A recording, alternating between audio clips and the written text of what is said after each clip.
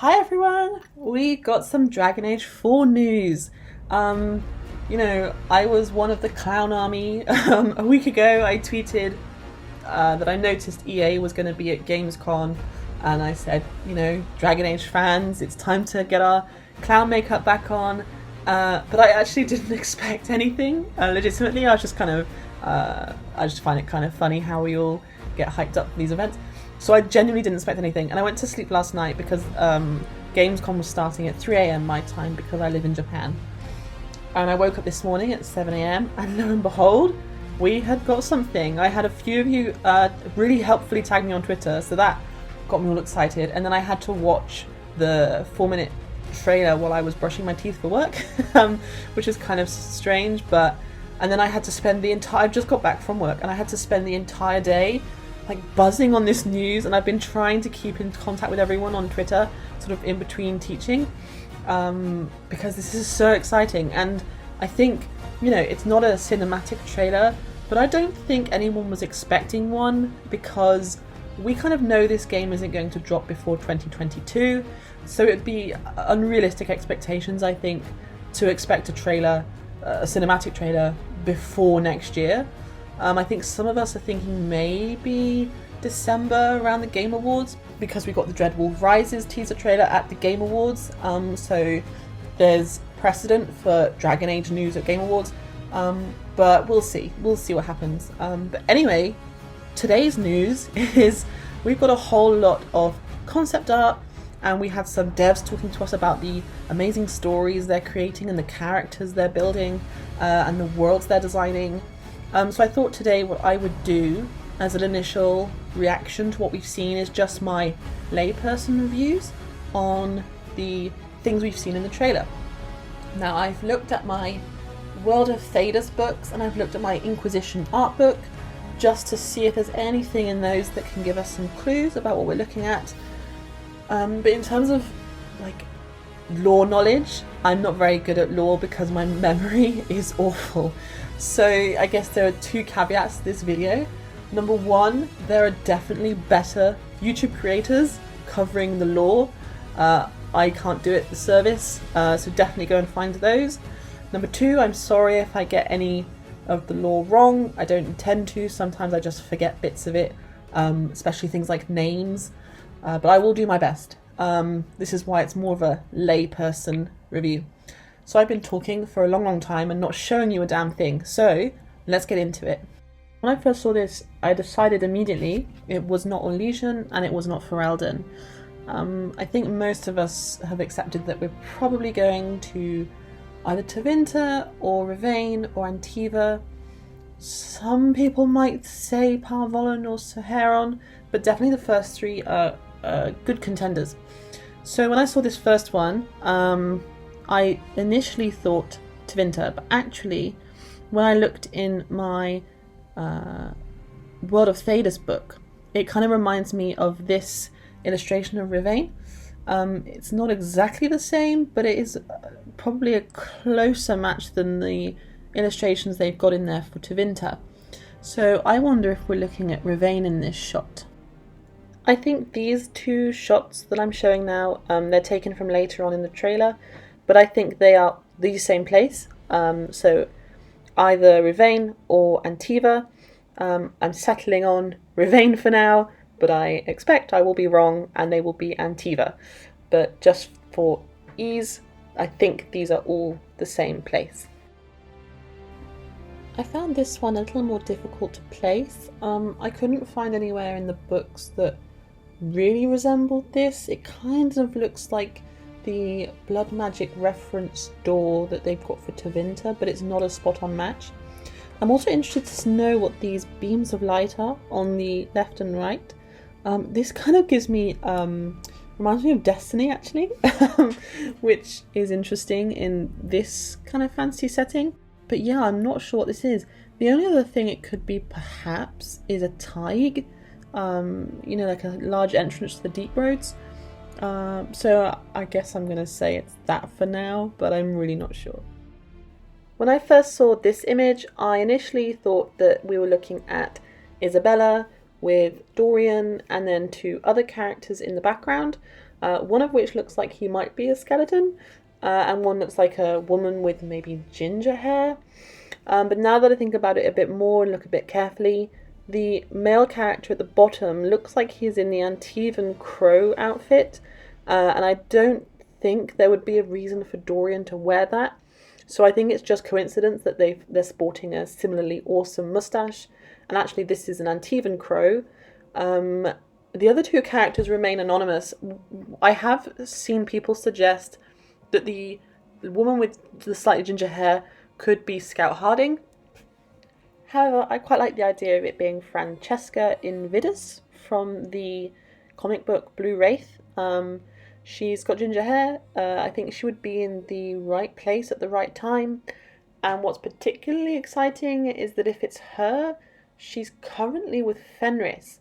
And I know in my DA4 predictions video, I said that Fenris was one of my predicted tank characters, warrior characters. But I don't know if that will happen. We've not seen anything else to suggest he's going to be coming back, except possibly this character. Finally, as for the skeletal character in the background, on Twitter I said that I hoped it was Audric from the Tevinter Nights novel based in Navarra, because we know he is a warrior who is also dead. Spoiler alert for the books. And it would be, I was saying how awesome it would be to see him. Otherwise, that's it for this screenshot. I feel pretty sure that's Isabella. I don't think anyone else has suggested any other characters it could be for now. So let's move on to the next one. I think this scene is Tevinter. We've got a different architect style. We've got a few characters in this shot. The first is a human male, and I've seen some people suggest that this could be the Canon Inquisitor. He's accompanied by another woman with red hair. Again, it could be Francesca, could be Scout Harding. We've also got what looks like a mage with light hair. I can't tell if she's elf or human. And we've got a male Kunari with them as well. Now, we should probably take this with a pinch of salt because concept art is just that, concept. And I don't think any of these characters resemble the companion shot we saw. So for now, I'll just treat these as characters being used in the illustration, just for illustration purposes. Again, we've got some characters here in this artwork, but these are kind of more fleshed out and more detailed, so I do wonder if we're going to see these again.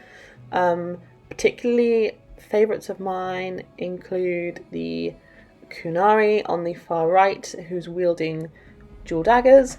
We've got what looks like a warrior human female in the centre. We've got a buff-looking male elf second from left, and is he wielding a staff? I've never seen a staff used in this way, but I'm not going to question whether he's skilled with his staff or not. And then finally we've got another dual wield, and this character is kind of interesting actually because he resembles, in some opinions, one of the Delamortes from the Tevinter Nights novel. Now, I actually didn't read like 8 Little Talons, I think it's called, or is it the Wigmaker? But I know a Delamort character is in that book, and many people are speculating that this is it. This is him, wielding 2 daggers. These 2 characters are really interesting to me. They kind of remind me of Abelas and the ancient elves, and I don't think we've ever seen Dragon Age characters wield this power before, or what looks like this power. It kind of looks like they've got an armor up or something, and they're using kind of looks maybe like dwarven technology to protect themselves, and also as weapons. I also noticed that we've got some what looks like red, well, it's not quite red lyrium, it's more like the blight attacking them, which only goes to confirm further that we're dealing with a blight in Dragon Age 4, that Solus might not be the actual antagonist in this game. So moving on, I have a couple of thoughts on this shot. The first and most obvious is we've got what looks like a flying ship. It doesn't quite look like an Aravel, but it does look like it's a flying vehicle of some kind. And it seems to be on a ledge of what looks like a really old temple or really old building. And then in the distance we've got sort of a reddish, natural looking landscape, but more importantly we've got floating rock. And if Inquisition and particularly Trespass is anything to go by, when you've got floating rock, generally you've got a break in the veil or a weakness in the veil. And I think the last time we saw it would have been inside the crossroads and that area in Trespasser. So I think this suggests that we might not have a veil anymore, or we're in a location that transcends the laws of the veil and the fade, and that's why we've got floating rocks. And one final observation are these stone heads at the bottom. They look kind of Roman, which is unusual in Dragon Age games, so I'm not familiar with the culture that these come from, so that's quite interesting. So now we've got some video footage that they showed us in the trailer. First up, what looks to me like it could be an entrance to the Deep Roads. I'm not sure where else it could be. Secondly, we've got the tree that we saw back at EA Play. A little bit more detail on the blight down in the bottom left, but otherwise the same. And then next we've got the shot of, it looks like a dwarven ruin, but it's in daylight, which would mean it's not underground, which I find really interesting. So if this is dwarven, that's exciting. And then finally, speaking of dwarves, we've got what looks like a massive dwarven statue. I know some people thought this could be a titan, but I think titans are massive, and I don't think they usually resemble dwarven statues like that. So I think this is probably a massive dwarven statue. Next up, we've got a scene with two characters in dark dress, carrying what looks like a rather fat character, which I'm so happy to see as someone who is fat, to see some more representation in games, and a few other characters to speak of. Firstly, I think the first two dark dressed characters are Antivan crows. There's good evidence to suggest that the one at the back could be Zevran. I'll just throw up the picture of him in the Dragon Age World of Thedas book just for your reference. And I also think that the Kunari female near him is the same one in the screenshot we saw earlier. And as I was reading my World of Thedas book, I came across an entry for Rasan, and I'll pop the wiki up briefly. You can pause to read it a bit more or go to the wiki to find out more. But she's a candidate for who this Kunari female is, which is really exciting. While we're on the subject of Antivan crows, I'm pretty sure this female character in the screenshot I showed earlier is also an Antivan crow. She shares the armor plating, particularly on the arms, with the illustration in the World of Thedas and with the other characters. So pretty sure this is a crow as well. I think they're going to play a really big role, which I wasn't expecting. Speaking of Antivan crows, we've got a female character here who is literally flanked by 4 crows. That could be a way to throw us. Whoever she is, I am in love with her. I think she's amazing. She looks like she could be some sort of assassin. Maybe she's from Navarra, maybe she's from Tevinter. I speculated on Twitter that perhaps she could be Neve Gallus, perhaps she could be Holix. We'll just have to wait and see. I think in this shot we could be looking at Navarra, just based on the illustration of Navarra in the World of Thedas book. It's in a basin. I think the fact there's lots of water around could corroborate with the fact this could be Navarra, but I'm not so sure. If not, Antiva or Rivain.